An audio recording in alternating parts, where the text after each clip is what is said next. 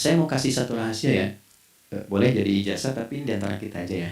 Kalau teman-teman mau pakai sunnah sahabat ini dalam dunia pekerjaan dan Anda lakukan, coba sehari ini saja. Ini poin pokoknya. Mengapa sih umat Islam itu cukup hanya misalnya dengan bersyahadat saja dipandang sudah berislam, lalu berbuat baik? Kenapa mesti ada sholat? Kenapa bahkan yang pokok sampai 5 waktunya? Dan jumlah rakaatnya pun diatur sedemikian rupa, sampai teknisnya pun dijelaskan dengan rinci. Saking rincinya, bila ada yang menyimpang dari rincian itu, maka dianggap sholatnya tidak sah dan mesti diulang.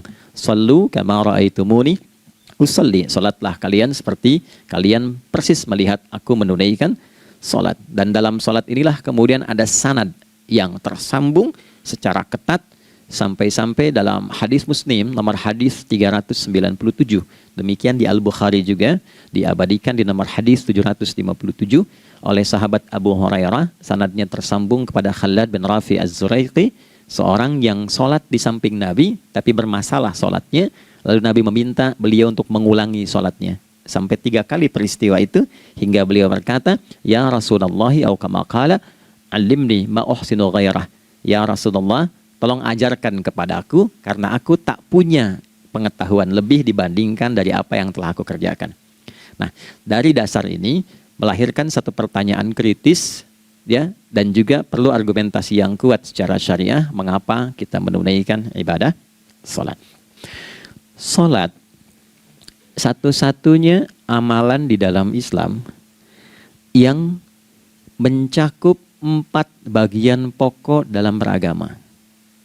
Jadi ketika seseorang menetapkan dirinya beragama dan ciri satu nilai agama itu bernilai benar, ya, dalam nanti kalau kita mau komparasikan atau kita riset, itu ciri pokoknya ada 4. 1, ada aspek namanya aspek keyakinan, ya, tauhid atau akidah. Nggak mungkin kan beragama kalau nggak yakin, ya, karena itu pasal 29 ayat kedua itu mengandung nilai keyakinan. Negara menjamin kemerdekaan tiap-tiap penduduk untuk memeluk agamanya masing-masing dan beribadah menurut agama dan kepercayaannya itu. Ya, jadi nggak mungkin kita bisa menghasilkan nilai kepercayaan dan ibadah kalau tidak ada unsur keyakinan. Atau bahasa kitanya disebut dengan iman. Ya, iman itu nanti juga dipaku dalam setiap nilai kebangsaan di konteks negara kesatuan Republik Indonesia. Ini yang paling membahagiakan. Jadi mau jadi pegawai apapun itu syarat, ya, salah satu syarat yang melekatnya beriman dan bertakwa kepada Tuhan Yang Maha Esa, gitu kan? Ya, kemarin saya di BPK itu ada 11 bab Romawi, 40 pasal. Ya, di bab yang keempat pasal 13 tentang pemberhentian dan pengangkatan itu ada 11 poin.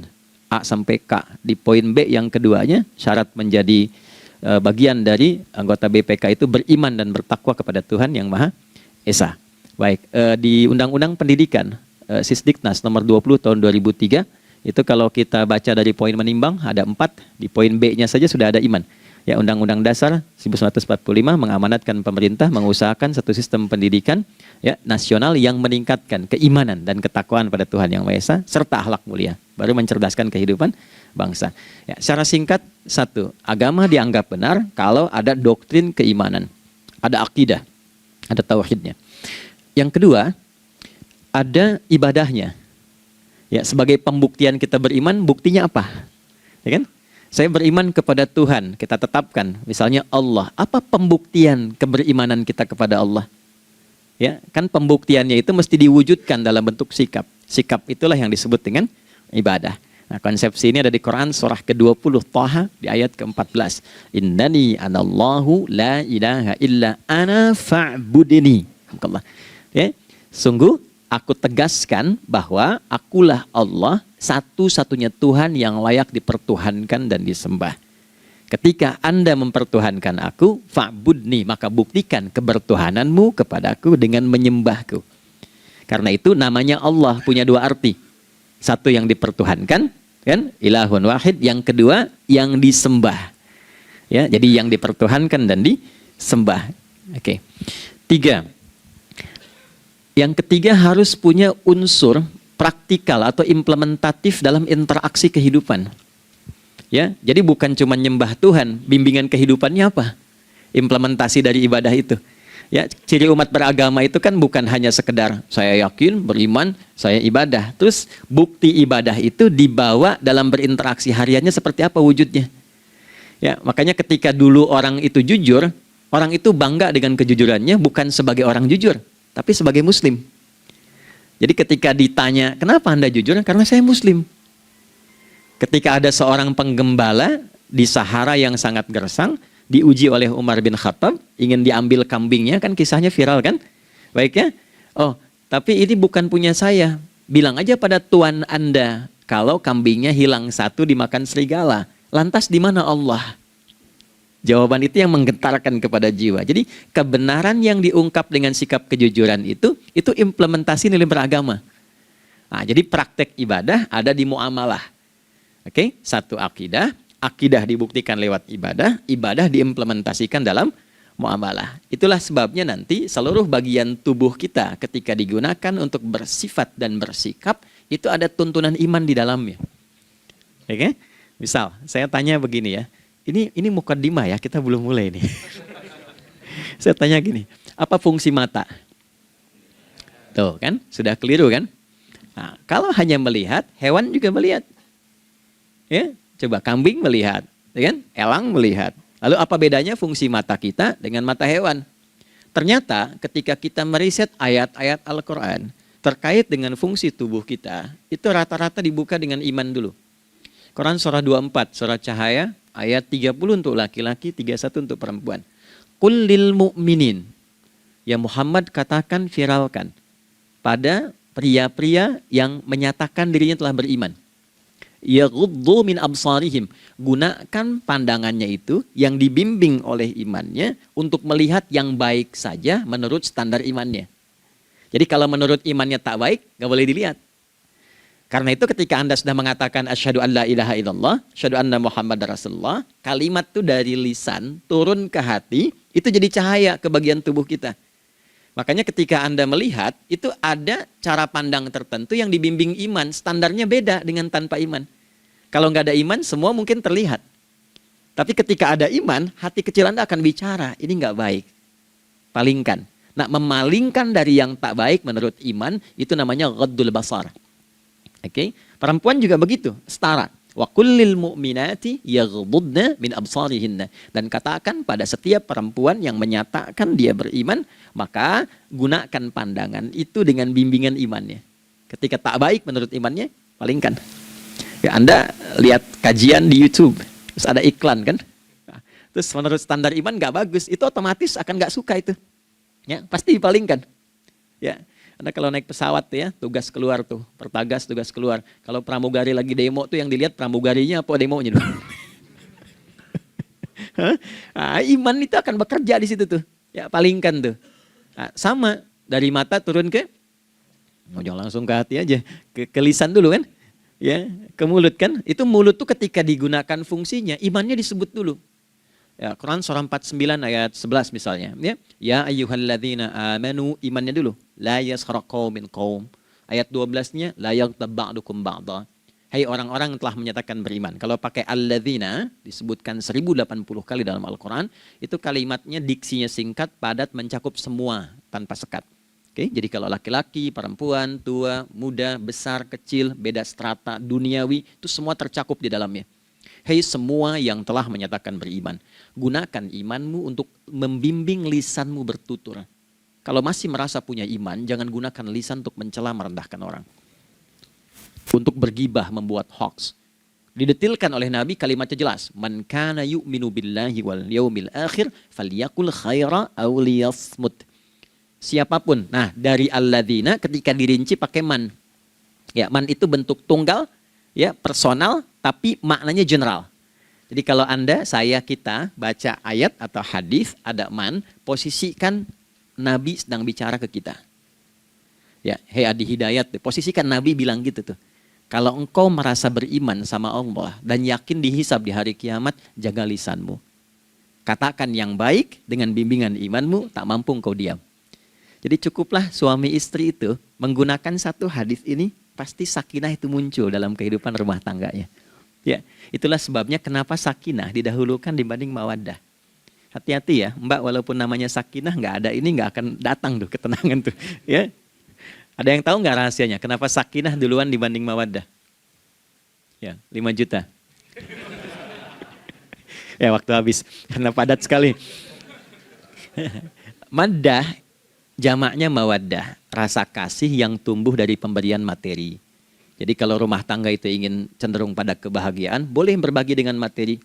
Ya, istri cemberut, Anda datang dengan senyuman, sayang, kenapa? Ya, ini emas 2 kilo, ya. Nah itu pasti sehat lagi tuh. Ya, itu mawaddah. Tapi maaf, walaupun Anda mapan bekerja, harta cukup melimpah, ruah, tapi tidak ada ketenangan di rumah tangga, tidak ada sakinah, maka hampa kehidupan rumah tangga itu. Itulah sebabnya kenapa di Quran sakinah lebih dulu dibandingkan dengan mawaddah. Saya tanya ibu deh, ibu pilih mana? Kaya tapi gelisah atau miskin tapi tenang? Oke. Saya paham itu. Saya paham. Suami juga sepakat semuanya.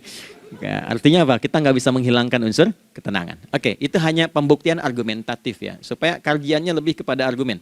Jadi ada akidah terkorelasi dengan ibadah, implementasinya di aspek muamalah. Nah, nanti cara bermuamalahnya diatur lewat akhlak namanya. Bagaimana bermuamalah yang baik? Kan Anda, maaf ya, berekspresi kepada pimpinan dengan kawan kan berbeda. Oke, kepada orang tua dengan anak kan lain. Nah, yang mengatur interaksi kita sehingga terjalin harmoni yang baik, itulah yang disebut dengan akhlak. Nah, 4 poin inilah yang menjadi inti dakwah Nabi SAW ketika diutus oleh Allah Subhanahu wa Ta'ala. Memastikan 4 ini bisa optimal kita lakukan dalam kehidupan. Bonusnya yang kelima, selalu meningkatkan inovasi sehingga selalu mendapatkan hal baru dalam kehidupan. 5 ini digabungkan di Quran surah kedua Al-Baqarah di ayat 151.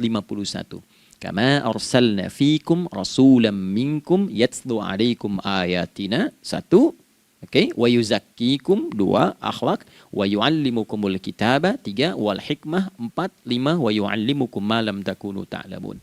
Kelima-limanya ini digambarkanlah dalam bentuk ibadah yang melatih kita sebagai pondasi awal menuju dan memantapkan 5 hal ini, yaitu sholat. Itulah sebabnya kenapa sholat yang pokok dilakukan 5 waktu dalam sehari untuk mewujudkan 5 hal ini dalam kehidupan, dan satu-satunya ibadah yang mengumpulkan 5 aspek ini dalam prakteknya hanya sholat. Hanya sholat. Oke. Mari kita detilkan, kita rinci, dan di sini kita akan mulai kajian kita. Yang tadi mukadimah ya. Baik, kita punya 30 menit. Wah, padat sekali. Bismillahirrahmanirrahim. 1. Salat adalah perwujudan iman seorang hamba. Karena itulah kalimat salat pertama kali disebutkan dalam Al-Quran, itu letaknya setelah kalimat iman. Al-Baqarah ayat 3. Alladzina yu'minuna bil ghaibi wa yuqimunas shalah. Orang-orang yang telah menyatakan beriman dan konsisten menjaga imannya. Beda alladzina amanu dengan yu'minun. Amanu telah beriman. Tapi kalau dia komitmen dan konsisten terus menjaga imannya sampai saat dia berpulang pada Tuhannya, maka berubah nanti bentuknya kalau di bahasa Arab jadi mudhari'. Kalau di bahasa Inggris kan tuh punya 3 arti. Present, continuous, and future. Jadi kalaupun sekarang terus berlangsung sampai masa depan pun saya tetap akan beriman. Nah, pembuktian untuk menjaga iman itu pembuktian utamanya pada sholat. Itulah sebabnya satu-satunya amal ibadah dari rukun Islam yang 5 itu, ya, satu-satunya amal ibadah yang disebut iman dalam Al-Quran hanya sholat. Teman-teman boleh buka Quran surah kedua Al-Baqarah di ayat 143. Ya, di pertengahan ke ujung ayatnya. Saya percepat. Wa ma kana Allahu liyudhi'a imanakum. Dan Allah nggak akan pernah menyia-nyiakan salat seseorang yang dikerjakan karena imannya. Ayat ini turun, maaf, ketika ada terjadi pergantian arah kiblat. Dari yang tadinya semula ke Masjidil Aqsa, lalu berputar 180 derajat, beralih ke Masjidil Haram. Nabi sedang berada di luar Madinah. Madinah tempo dulu, wilayahnya nggak seluas cakupan sekarang. Oke, kalau diilustrasikan, area sekitaran Masjid Nabawi sekarang itulah Madinah lah. Di luar itu sudah di luarnya. Nah, Nabi sedang sholat, riwayatnya banyak menyebutkan, ada yang mengatakan zuhur, ada asar, ada maghrib. Di pertengahan itu turunlah Al-Baqarah ayat 144. Qad nara taqalluba wajhika fis sama' falanuwalliyannaka qiblatan tardaha fawalli wajhaka syatral masjidil haram. Maka berputarlah dengan turunnya ayat ini 180 derajat menghadap ke arah Masjid Al-Haram. Problemnya adalah ketika Nabi dan pengiring beliau kembali ke Madinah, area Masjid Nabawi, kan nggak semua masyarakat ikut. Maka virallah informasi itu bahwa kiblat telah beralih ke kiblat awal, yaitu Ka'bah Al-Musyarrafah. Maka penduduk panik pada saat itu, status sholat kami yang tadi dikerjakan bagaimana? Karena sedang nggak bisa diulang, sudah pindah waktu. Maka turunlah kemudian firman Allah yang Al-Baqarah 143 itu, wa ma kana Allahu liyudhi'a imanakum. Karena engkau mengerjakan sholat itu dengan imanmu, maka Allah nggak menyia-nyiakan imanmu itu. Maksudnya apa? Walaupun arah kiblatnya tidak tahu mengarah kepada sisi yang belum berubah, tetap dihitung pahalanya sempurna karena imannya. Gitu. Nah, ini nanti yang menjadi landasan turunnya Al-Baqarah ayat 115. Walillahil masyriq wal maghrib fa aynama tuwallu fathamma wajhullah. Kalau Anda sedang tugas nanti di lapangan, lalu sulit menemukan arah kiblat. Aplikasi susah karena sinyal nggak masuk misalnya. Oke. Kemudian juga matahari agak remang-remang sehingga sulit untuk terlihat patokannya. Maka dengan keyakinan, dengan iman itu, menghadaplah ke arah yang kita yakini, maka berlakulah Al-Baqarah 115. Di saat itu diterima amal ibadah kita sama dengan yang menghadap kiblat dengan dasar imannya. Oke. Nah, pengertian terbaliknya, mafhum mukhalafahnya, maka Nabi mengatakan, al-farqu bainal mu'min wal kafir tarkus shalah. Beda antara orang yang beriman dengan yang belum beriman adalah pada sholatnya. Jadi kalau ada orang mengatakan sudah beriman dan tidak menunaikan sholat, ini artinya keimanannya belum diakui sepenuhnya oleh Allah Subhanahu wa taala. Jelas ya? Halo, kenapa sedih begini? Maaf saya terlalu cepat nggak? Enggak ya? Baik. Jadi dalam poin ini penting pembedanya di sholat. Itulah sebabnya kenapa dari kecil kan, usia sekian, dari mulai 3 ke arah 7 tahun contohkan. Ya, orang tuanya sholat bentangkan sejadah. Kalau bisa, kalau anak sudah mulai suka tuh kasih model sejadah yang anak-anak sukai bentuknya. Ya, dulu ada anak saya senang model mobilan, saya tidak sebutkan supaya tidak endorse gitu ya. Dikasih sejadah dengan pola itu, dia senang tuh ikutin. Kita nggak minta sholat, dia datang sendiri.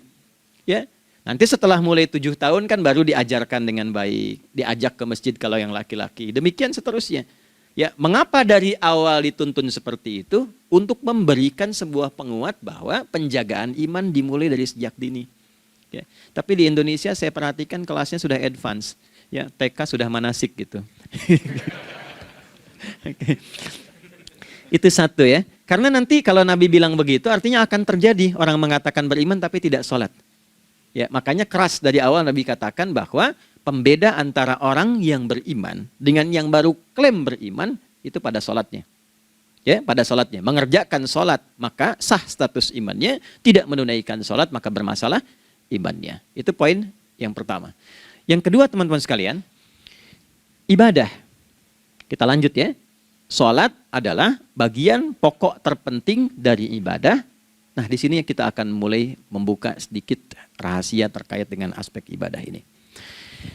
Teman-teman sekalian, ternyata sholat ini ketika oleh Allah diturunkan dalam Al-Quran, dalam konteks penunaian ibadah, bukan berarti hanya mengkoneksikan atau mengkorelasikan hubungannya dengan iman saja, bukan. Karena saya beriman, saya buktikan ibadah nyembah Allah lewat sholat. Dalilnya Quran surah ke-20 ayat 14. Innani anallah la ilaha illa ana. Aku tegaskan akulah Allah, nggak ada Tuhan yang layak dipertuhankan dan disembah kecuali saya. Fa'budni, kalau Anda telah menyatakan beriman padaku, buktikan keberimananmu dengan menyembah saya dalam ibadah. Bentuknya bagaimana ya Allah? Teruskan ayatnya. Wa aqimis sholata. Tunaikan sholat sebagai bukti ibadah. Itu li dzikri, sebagai zikir kepadaku. Jadi korelasi antara ibadah dengan iman, sudah kita sebutkan dalilnya. Sekarang ibadahnya tersendiri ketika ditunaikan, apa manfaat dari ibadah itu? Mengapa mesti ada 5 waktu? dan apa turunan manfaatnya dalam kehidupan kita. Kalau kita mengerjakan itu, dampaknya kepada kehidupan kita apa? Nah, inilah indahnya di dalam Islam, dijelaskan dalilnya, diberikan contohnya, diberikan alasannya, dan yang paling indah, diberikan penjelasan dengan detail tentang manfaat-manfaatnya. Ini tidak ditemukan di dalam konsep keyakinan manapun. Kalau teman-teman mau riset silahkan. Ada nggak satu keyakinan agama tertentu yang dari ibadahnya tuh diatur? Cara memulainya, bacaannya, detailnya, manfaatnya, waktunya, sampai dengan hasilnya, sampai kiamatnya. Ini menunjukkan bukan karya manusia. Bukan karya manusia. Kalau karya manusia setiap orang bisa buat itu. Ya, ketika ini menunjukkan bukan karya manusia, maka pertanyaannya dengan cara apa lagi Allah memberikan pembuktian pada kita bahwa Ia Tuhan yang hak yang harus kita sembah. Nah, kalau sudah paham, mari kita rincikan turunan tentang sholat ini. Kita mulai satu-satu teman-teman sekalian dari waktu sholat. Seperti kita ketahui waktu sholat ada 5. Tapi yang sering kita dapati dari yang 5 ini tidak semua orang mengetahui tentang makna dari nama dan pembagian di waktu ini. Yuk kita mulai rincikan. Sholat yang pertama namanya apa? Gak usah khawatir, menang gak dapat hadiah kalau benar. Salah juga keterlaluan. Oke, 1 subuh. Dia satu-satunya nama sholat yang punya 2 nama ya. Subuh dan fajar. Oke, Pak Fajar, Pak waktu sholat. 2 zuhur. 3 asar. 4 maghrib. 5 isya. Oke, rumus hitungannya 24, 4, 3, 4 ya. Rumus bilangannya 24, 4, 3, 4. Kalau mau tanya nomor koneksi dengan Allah 24, 4, 3, 4, 2 subuh, 4 zuhur, 4 asar, 3 maghrib, 4 isya. Oke, pertanyaannya, apa artinya nama itu? Selama ini jangan-jangan kita hanya tahu namanya tapi tidak memahami maknanya. Itu poinnya. Oke, sekarang mari kita mulai. Izin saya tidak punya kemampuan untuk menuliskan ya, karena memang saat ini terbatas, tapi kalau diperkenankan bisa kita coba uraikan sedikit. Oke, kita mulai dari yang pertama ya, 5 waktu sholat. Kita mulai dari 1 dulu. Subuh, teman-teman saya turunkan dulu ya. Izinkan saya tulis pakai bahasa Arab dulu supaya gampang. 1, dia punya 2 nama.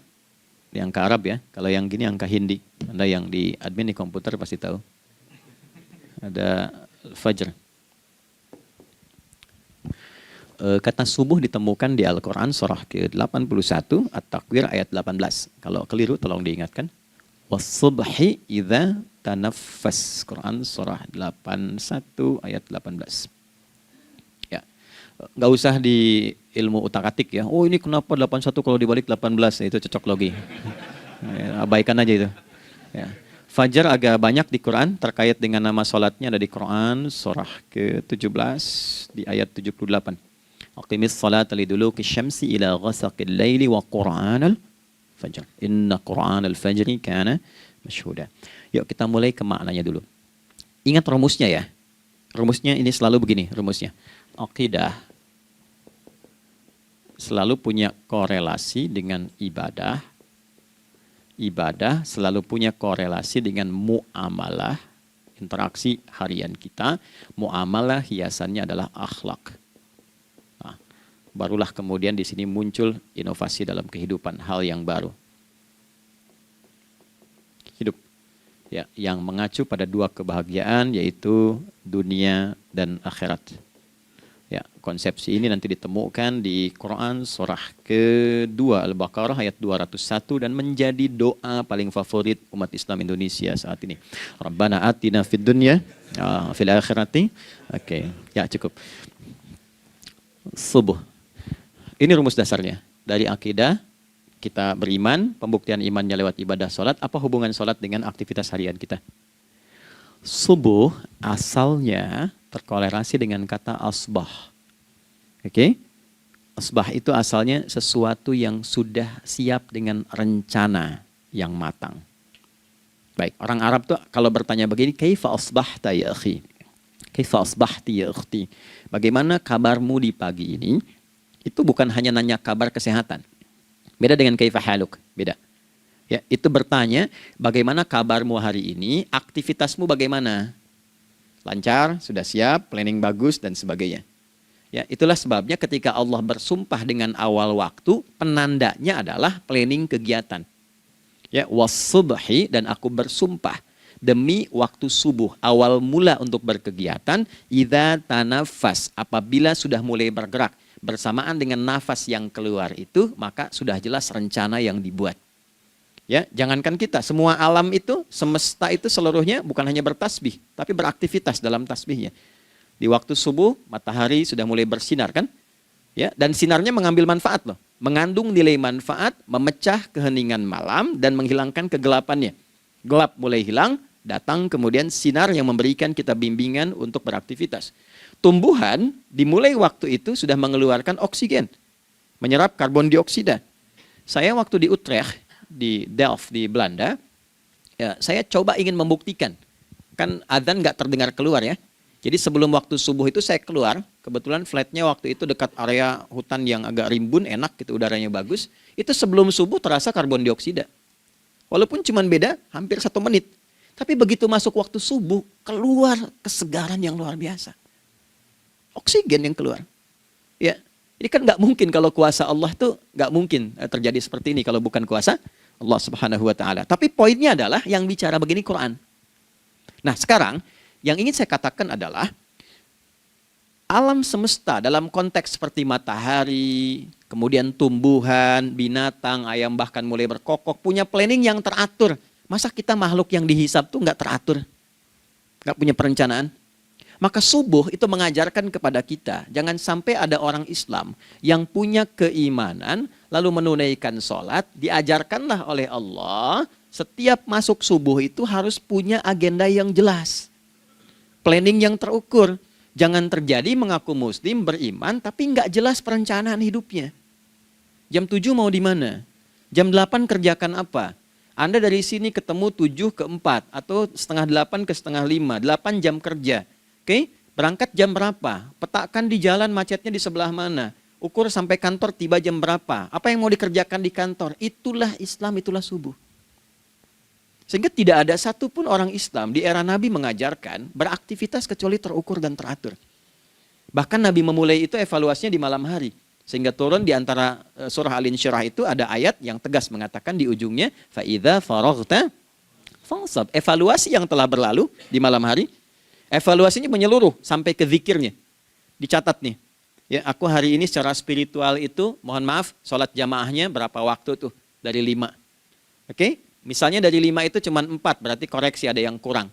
1. Ya. Yang kedua, secara intelektual sudah berapa bacaan yang dibaca saat ini? Ilmu yang ditingkatkan, mensyukuri anugerah akal dan sebagainya. Bekerja sempurna enggak? Turunkan ibadahnya bagaimana? Ketika ada yang kurang, istighfari. Ya, sebagai seorang ayah, ada nggak sesuatu yang salah yang dilakukan belum sempurna? Sebagai seorang ibu, anak dan sebagainya, istighfar. Itulah sebabnya sebelum tidur Nabi ajarkan istighfar. Yang kita tahu 70 kali kan, 100 kali. Yang saya tanya, 1 ke 70 itu istighfar apa saja? Apakah hanya bilangan di lisan? Atau dari lisan diingatkan oleh pikiran, ditembuskan ke hati? Istighfar sebagai seorang ayah yang kurang maksimal melihat anak dengan baik. Anda boleh punya jabatan di kantor, boleh direktur, boleh manajer, boleh macam-macam. Tapi ketika Anda pulang, Anda seorang ayah. Saya di Timur Tengah disebut syekh, di sini dipanggil kiai, dipanggil ustadz. Pulang ke rumah, anak saya nggak kenal itu semua. Anak saya nggak peduli itu semua. Belum pernah seumur-umur saya mengajar, lalu saya pulang, anak saya menunggu depan pintu dan memanggil, kiai. Tidak ada. Dia ingin ayahnya. Dia ingin ayahnya. Kenapa nggak kita hadirkan istighfar pertama kita itu karena kita kurang perhatian. Kurang perhatian kepada anak misalnya. Saya kalau pulang tengah malam dan semua tertidur, saya lihat satu-satu. Perbaiki cara tidurnya, doa, lihat satu-satu, minta ampun sama Allah. Dan ya kadang sebelum mengalirkan air mata kita nggak bisa tidur karena nggak tahu nanti ketemu lagi nggak di akhirat. Itu poin yang paling penting. Nah, jadi istighfar pertama itu untuk diri kita ketaatan pada Allah. Untuk diri kita sebagai anak pada orang tua. Sebagai suami punya tanggung jawab istri atau sebaliknya. Demikian seterusnya. Nah itu kalau sudah kita bisa lakukan, dievaluasi, direncanakan besoknya. فَإِذَا فَرَغْتَ fansab, direncanakan lagi yang berikutnya, besok mau ngapain, tulis malam. Kalau kita biasakan begitu, tidurnya enak. Karena nggak ada beban, damai hidupnya. Dengan teman damai kalau ada perselisihan sebelum tidur. Ya, jadi nggak ada orang mengigau itu masalah-masalah kehidupan dunia yang belum tuntas. Ini dunia saat terjaga bermasalah, saat tidur pun masih bermasalah. Gara-gara kamu nih, kapan istirahatnya? Ya. Nah, ketika kita bangun dari subuh itu, maka rencana yang sudah kita siapkan itu, teman-teman sekalian, dibawa menghadap Allah supaya minta kemudahan, minta kelancaran, minta pendampingan, minta bimbingan. Itulah sebabnya kita dipanggil sholat di awal waktu. Supaya rencana yang sudah kita siapkan itu minta taufiknya, persetujuan dan perlindungan dari Allah. Inilah yang menjadikan rahasia umumnya para sahabat memulai berkegiatan sejak dari masjid. Teman-teman boleh riset deh, hadis-hadis tentang sholatnya sahabat dan kaitannya dengan syuruk dan pekerjaan. Rata-rata memulai dari masjid. Mereka tungguin, evaluasi, begitu siap, syuruk, minta sama Allah, berangkat. Saya mau kasih satu rahasia ya. Boleh jadi ijazah, tapi ini diantara kita aja ya. Anda boleh lakukan, berangkat ke masjid itu dengan baik. Terus minta misalnya, ya Allah, Kau perintahkan aku untuk berikhtiar, sekarang aku lakukan. Kau perintahkan aku untuk merencanakan, sekarang aku ikhtiarkan. Mohon lindungi, mudahkan, dan berikan bimbingan terbaik untuk mendapatkan hal yang wajar, halal, baik, dan Kau ridhai. Anda berangkat. Pulang, sebelum nyampe rumah, mampir dulu ke masjid. Masjid terdekat dari rumah aja. Sholat 2 rakaat, situ. Ya, sholatnya bisa sholat wudhu, tahiyatul masjid, dan sebagainya. Setelah itu pulang. Doa dulu habis sholat. Ya Allah, aku telah berikhtiar seperti apa yang telah Engkau perintahkan. Sekarang aku memohon rizki darimu seperti apa yang telah Engkau janjikan. Kalau dengan semua ikhtiar ini belum cukup menurunkan rizki darimu, maka mohon tunjukkan padaku saat ini dengan cara apa lagi aku mesti berikhtiar. Oke? Silahkan Anda pulang dengan suasana itu ke rumah. Dan lihat apa yang terjadi. Rasakan bedanya, bedakan rasanya, dan pasti terasa bedanya. Gak ada kesan yang lain pada jiwa. Jadi yang dibawa ke rumah itu bukan aura kantor. Bukan aura jalan yang macet. Tapi ada ketenangan, kenyamanan, dan kenikmatan. Kalau teman-teman mau pakai sunnah sahabat ini dalam dunia pekerjaan, dan Anda lakukan coba sehari ini saja, rasanya pasti beda. Ya, ini bagian pertama. Nah, ketika kita ingin datang menghadap Allah, dan mulai membawa rencana kita, kan perlu isyaratnya kan, kapan dimulai? Gak bisa tiba-tiba saya bangun jam 3 langsung sholat subuh, kan tidak begitu. Ya kan? Mesti ada satu sinyal dulu, yang dari sinyal itu ada feedback pada diri kita untuk merespon, gitu kan? Nah, pancaran respon atas sesuatu yang memancar akibat satu hal yang terjadi, kalau di gaya itu kan kalau ada gaya gerak, gaya dorong kan? Ya, kalau nggak salah F1 sama dengan F2 kan?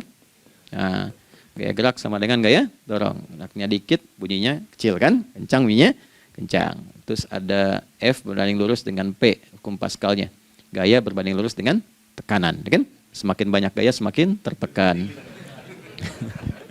Nah, respon yang muncul ketika ada satu misalnya gaya, tapi responnya sifatnya materi sifatnya. Ya, misal kalau Anda mau mengebor air, kan? Kemudian keluar terpancar tuh dari bawah itu keluar misalnya air. Nah, itu namanya infajar. Infajar. Dalilnya Quran surah kedua ayat 60. Wa idzistasqa Musa liqaumihi faqulna idrib bi'asakal hajar fanfajarat minhu 12 aina. Nabi Musa kata Allah itu kaummu 12 suku minta mata air. Dan enggak tanggung, setiap sukunya minta satu, katanya supaya enggak rebutan. Maka Allah firmankan, pukulkan tongkatmu yang kayu. Lihat diksinya detil sekali. Pukulkan tongkatmu yang kayu ke batu itu, maka batu itu akan terbelah dan mengeluarkan pancaran 12 mata air. Ya, tongkat kayu dipukulkan ke batu, batunya yang hancur. Karena Musa seorang nabi, gitu kan? Anda punya tongkat emas, pukulkan ke batu, maka keluar 12 air mata. Gitu kan? Nah ini, infajar. Kalau respon yang keluar itu respon buruk. Misal dalam nafsu, kan suka ada triggernya yang memancing respon, terus nafsu keluar kan? Ya, apa saja itu? Lihat gambar yang nggak bagus, nafsu keluar, gitu kan? Lihat sendal bagus, nafsu keluar, macam-macam ya. Nah itu fujur namanya, fujur. hurufnya masih sama, cuma bentuknya berbeda. Fa, jimnya masih ada waw, ada ra-nya, fujur. Quran surah 91 di ayat 7 sampai 10, wa nafsi wa ma sawwaha fa alhamaha fujuraha wa taqwaha. Fujur tembus ke nafas, nafas memerintahkan yang buruk disebut su. Nafas ketemu su jadi nafsu. Makanya nama lain fujur itu nafsu. Dalilnya Quran surah 12 ayat 53. Wa ma ubarni'u nafsi innan nafsa la'ammaratun bisu. Ya, la'ammaratun bisu'i illa ma rahima rabbi. Oke, nafas ketemu su. Teruskan. Tapi kalau pancarannya pada sifat yang baik. Oke? Membelah sesuatu yang gelap menjadi baik, terbuka, memancarkan respon panggilan yang baik, maka berubah katanya menjadi fajar. Oke? Matahari diperintahkan oleh Allah, diperintahkan membelah kegelapan malam. Keluarlah sinar pertamanya, disebutlah fajar. Kenapa? Karena ada respon kebaikan keluar darinya. Baik, perhatikan baik-baik, Quran surah kedua, ayat 187. Wa kulu washrabu hatta yatabayyana lakumul khaytul abyadu minal khaytil aswadi minal fajar. Itu untuk matahari. Kita lagi tidur enak-enak, sudah nyiapin rencana malam-malam. Tiba-tiba ada panggilan. Allahu Akbar, Allahu Akbar. Itulah tandanya hati kita mengkonfirmasi iman kita dalam diri kita. Cepat, sudah adzan. Pernah begitu? Nah, konfirmasi itulah dalam bahasa lain yang disebut dengan fajar namanya. Datang. Jadi waktunya matahari membelah disebut dengan fajar, konfirmasinya pun disebut dengan apa? Fajar. Ya, jadi bersamaan waktunya dengan dua hal itu. Datanglah panggilan. Itu yang dimaksud Quran, hubungan iman dengan konfirmasinya sampai ke sholatnya ada di Quran surah 8 ayat 2. Innamal mu'minuna iman. Alladzina idza dzukirallahu adzan. Wajilat qulubuhum iman. Jadi begitu ciri iman itu ada dalam jiwa, dipanggil lewat adzan, kan? Allahu Akbar, langsung merespon, ya Allah sudah adzan. Walaupun setelah adzan ada lagi getaran, baru adzan belum qomat gitu kan. Nah, misal ya. Nah, tapi inilah fajar. Jadi maksudnya rencana Anda ini agak jarang dibahas ya. Mohon maaf, ilmu ini agak jarang. Jadi jangan Anda bilang saya bid'ah, bukan. Ya, bukunya ada, referensinya ada. Cuman karena jarang dikaji, jangan sampai kekurangan pengetahuan menghukumi yang tahu jadi salah gitu. Ini poinnya. Jadi saya kalau bahas satu masalah itu bukunya saya kumpulkan. Tafsir awal sampai akhir yang ada apa, buku-buku tentang sholat apa, baru kita keluarkan. Jadi bagian topik-topik tertentu yang dibahas. Problemnya ketika membahas tentang ibadah cuma dua. Satu tentang bacaan, doanya apa. Yang kedua tentang gerakan, bagaimana mengerjakannya. Yang ketiga jarang dibahas hikmahnya apa. Padahal rumus dalam ibadah itu dalam fikih tiga-tiga mesti dipakai. Ini Quran surah kedua ayat berapa? Ayat 129. Rabbana wab'ats fihim rasulan minhum yatlu 'alaihim ayatika ini wa yu'allimuhumul kitaba ini wal hikmah ini. Barulah kita mendapatkan sesuatu yang baru. Ya. Ini wa yuzakkikum dan di 151 Al-Baqarah wa yu'allimukum ma lam takunu ta'lamun. Jadi ini bukan ilmu yang baru, bukan, belum tahu saja. Jadi selama ini yang kita kerjakan jangan sampai terbatas pada ritualnya saja untuk mencukupkan ini. Hubungan ritual dengan ini apa gitu. Ya, jadi subuh ini mengkonfirmasi bahwa ada satu keteraturan dalam kegiatan kita. Ya, alhamdulillah. 2, siang. Oke, setelah subuh, fajar, salat apa? Zuhur. Oke, saya tanya pada Anda, zuhur itu artinya apa? Sudah, cukup katakan wallahu a'lam. Waktunya terbatas ya. Sahabat ditanya nggak tahu wallahu a'lam. Anda sahabat bukan, tabi'in bukan. Zuhur. Waktu tinggal 4 menit lagi. Oke, teman-teman kalau kita jeli, ini kan sholat dikerjakan di siang hari kan? Siang itu bahasa Arabnya nahar. Naharun itu siang. Tapi kenapa sholatnya zuhur? Kok nggak sholat nahar gitu? Ya, lohor ya, jadi paksain tuh. Zuhur, lohor. Ya. Terus sore, biar nyambung cepat. Sore, bahasa Arabnya kan masa. Masa al-khir, selamat sore. Kenapa kok sholatnya asar? Kok sholatnya namanya asar? Oke. Maghrib, isya. Isya kan malam kan? Kenapa nggak lail? Lail itu kan malam. Kalau ada yang istimewa di malamnya, itu lailah namanya. Makanya ketika turun Al-Quran disebut Lailatul Qadar. Karena malamnya istimewa. Beda, lail dengan lailah itu beda. Lail itu waktu malam, lailah ada yang istimewa di malam itu. Ya, jamaknya lail, layali, lela, lili, lala itu malam. Ibu lili, ibu malam-malam. Ya. Zuhur artinya jelas, terang. Ada idhar, dibaca dengan jelas, terang, nggak boleh dengung. Man amana, itu kan? Ya, min husni harus jelas. Ya, ada a jelas. Zuhur kenapa disebut zuhur? Untuk evaluasi kegiatan kita dari setengah hari. Sudah jelas belum hasilnya? Ini Anda punya rencana di sini, evaluasi di siang. Jelas gak hasilnya? Pekerjaan Anda yang sekarang diamanahkan dari pagi jam 7 sampai sekarang, evaluasi dulu. Dicek, jangan cuma ditinggalkan. Oke, saya sedang kerjain, tinggalin dulu sholat. Bukan begitu. Ketika akan sholat, Anda cek dulu. Dari ke siang itu tengah hari, bagaimana hasilnya? Ada yang perlu disempurnakan nggak? Ya, ketika ide-idenya mulai mentok, ada yang belum selesai, datang dulu sholat, tenang lagi. Saat tenang itulah dirumuskan kembali pelan-pelan. Kan lumayan dari jam 12 sampai jam 1. Diisi dengan baik, dilihat. Itu baru dunia ini. Kan kita ngejar ini juga. Karena nanti ayat 200-nya, ada yang cuma ngejar ini. Wa minan nasi may yaqulu rabbana atina fid dunya.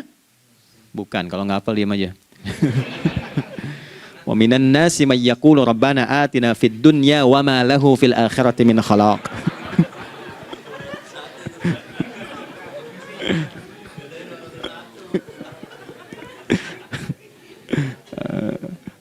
Paham kan? Dan di antara manusia, ada yang fokusnya hanya dunia yang dikejar. Sehingga nggak kebagian akhiratnya. Padahal dia tahu dia mau pulang. Yang lebih aneh lagi, pengen pulang surganya Firdaus dekat dengan Nabi. Tapi tiap hari ngerjakan dunia. Dunia lagi, berangkat gelap, pulang gelap. Terus meninggal gelap juga. Kan repot. Nah, maka mesti investasi kan. Anda kalau tugas keluar kan, apalagi keluar negeri kan hukumnya beda.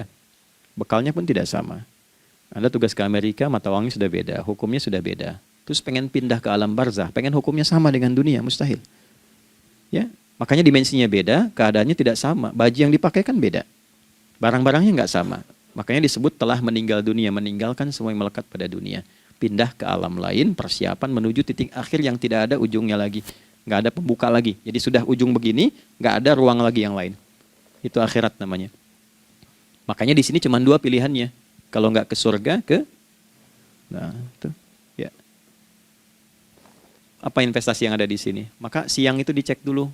Pekerjaan jadi ibadah nggak? Tadi niatin ibadah nggak waktu berangkat dari rumah? Kan? Waktu ngetik, waktu ngerjain di kantor, jadi ibadah nggak? Kalau ibadah, Anda nggak mungkin berbuat kriminal. Anda nggak mungkin berbuat maksiat. Nggak mungkin nipu, nggak mungkin nyogok. Nggak mungkin korupsi. Kan lagi ibadah. Nggak mungkin curang. Kan lagi ibadah. Anta budallaha ka'annaka tarah. Anda itu mengerjakan segala hal sebagai ibadah, merasa diawasi Allah. Fa in lam takun tarah fa innahu yarak. Kalaupun Anda merasa nggak melihatnya, Anda yakin Anda dilihat. Itulah kerja pakai iman, maka ini di bawah akidahnya. Jangan ditinggalkan. Nah, inilah yang selama ini kita butuhkan. Ya. Inilah yang melahirkan nilai etik, makanya adanya dalam jiwa. Takwa itu kan dalam jiwa, melahirkan etos. Etos mendorong kepada logos, logos melahirkan patos. Kepantasan dalam bekerja. Jadi Anda sekuat apapun ilmunya, kalau nggak punya etos, itu rusak. Jadi tidak cukup akal sehat. Jiwa yang sehat itu lebih penting. Banyak orang akalnya, saya ingat, akal itu tidak memberikan perintah. Dia hanya merumuskan satu instruksi dalam jiwa supaya mudah dilakukan dan dieksekusi oleh fisik. Jadi akal yang sehat itu seberapa pandai ilmunya, seberapa cepat mengeksekusi perbuatan. Tapi kalau yang dieksekusi itu dari perintah nafsunya, masalah. Habis saja waktunya tuh. Ya. Ini gimana ini? Tolong jawab loh. Nah, teman-teman karena sudah habis waktu jam 1, kita baru zuhur ini. Nah, yang paling menarik itu, gini, yang paling menarik. Kalau ada orang belum sadar sampai zuhur tentang akibat kehidupan ini, maka muncullah asar. Apa asar itu? Kenapa mesti disebut dengan asar? Dan apa manfaat istimewanya asar kepada jiwa kita? Itu di kesempatan lain kita akan bahas. Teman-teman, waktunya sudah habis. Ya, saya menghargai Anda, kan tidak boleh juga saya ngajarkan tapi mengambil yang sesuatu yang tidak tepat ya. Kita buktikan keimanan kita dengan mengerjakan amanah pekerjaan di tempat ini dengan baik, waktu digunakan dengan baik. Kita saling mendoakan supaya semua kita dijaga oleh Allah Subhanahu wa taala.